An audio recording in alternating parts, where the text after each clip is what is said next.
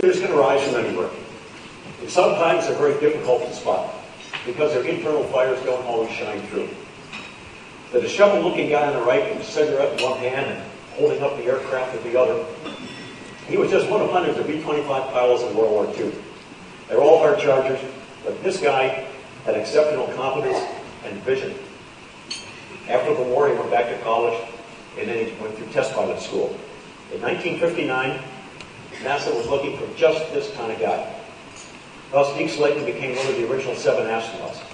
He is the front row, second from the left, standing between John Glenn in the center and Wally Schraub and Al Shepard's behind him. Well, before he could fly, though, the doctors thought they detected a heart murmur, and he was drowning. Rather than quit, he decided to try to contribute wherever he could. So he traded in a spacesuit for a business suit. Because he had little management experience, NASA really took a chance when they appointed him head of flight operations, where he was responsible for all of the astronauts, flight controllers, and aircraft operations. A tough assignment. At the height of the lunar program, he held the reins on over 40 headstrong astronauts. Each one of us was always charging off in our own direction, always doing our own thing. But said his job was like trying to put socks on an octopus. But he tightly reined in every one of us.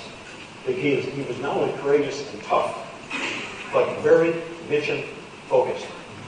If you were there like him to support the mission, he gave you his full support. But if you were there more for yourself, he'd pull out a flamethrower and turn you into a crisp and nothing flat. He was the right guy for the job. Well, finally, the doctors called him in and said, Deke, do you perhaps remember how we grounded you for the past 14 years? Well, never mind, you're really okay. So Deke finally got a chance to fly on Apollo-Soyuz, the first joint American-Russian mission in 1975.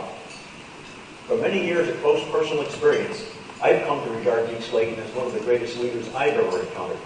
He demanded an overwhelming focus on the mission. And in doing so, he was tough but fair, harsh but kind, the kind of guy you respected, trusted, liked, and feared all at the same time. Working for Deke was an exciting education and a privilege. Well, there are a lot of people on the ground that contribute to mission success, but none was more important than the director of the flight control team. Each of these folks has to be immersed in all the technical details, implement strategy and tactics, often in time-critical situations, and manage a team of a couple hundred flight controllers and technicians. One of the best ever was Gene Kranz. He was like Deke Slayton in that he was highly mission-focused. And he was also tough and very demanding. If you worked in his control room, you better be an A-plus performer each and every day, or you'd soon find yourself outside, standing next to the tourists, looking back in. Fortunately, Gene was lead flight director on Apollo 13. That had turned into a rescue mission. After the spacecraft explosion, on the way out to the moon, the mission shifted into high gear and it never let up. It became like a track coach who was told me how to run the 400-meter dash. You sprint the first 100 meters, and then you gradually increase your pace. By being encouraging yet demanding, Gene made sure that everyone on that flight fully understood that failure is not an option, was not just a slogan, but had to be reality. After every successful mission, the managers in the back row of mission control pull out the cigars. For some of the controllers, this is the worst part of the whole flight. One manager pointing out here, George Loeb, was really an exceptional leader. He took over the Apollo program after the fire, where he controlled all of the major technical changes to the lunar program. He was an extremely competent engineer and manager, but he was also empathetic. When he made a decision, he took the time and effort to call in the leaders of the teams whose proposals he had rejected and explain to them in detail his reason.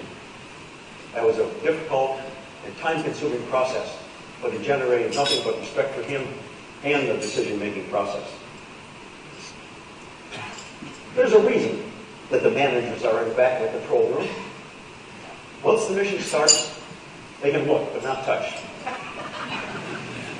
Once everything is in place, the last step any good manager must take is out of the way.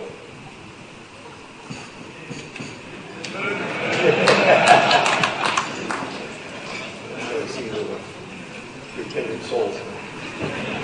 Well, in 3 slides, let me try to sum up leadership. I've used a few examples here from people I'm familiar with, but what they personify is universal. Each Slayton had choices, just like we all do in our life. You can administrate a much needed function, or you can step up, make more decisions, take on more responsibilities, and manage, or you could also lead. Clearly, Deep Slayton chose to lead. Gene Kranz personified all the traits of a great leader. He could affect his whole team with his vision, and he always had the courage to step up to what had to be done. Lastly, he put the mission above all else, all personal interests. He demanded 100% confidence from himself and everyone around him. And he gave respect to others and received it himself.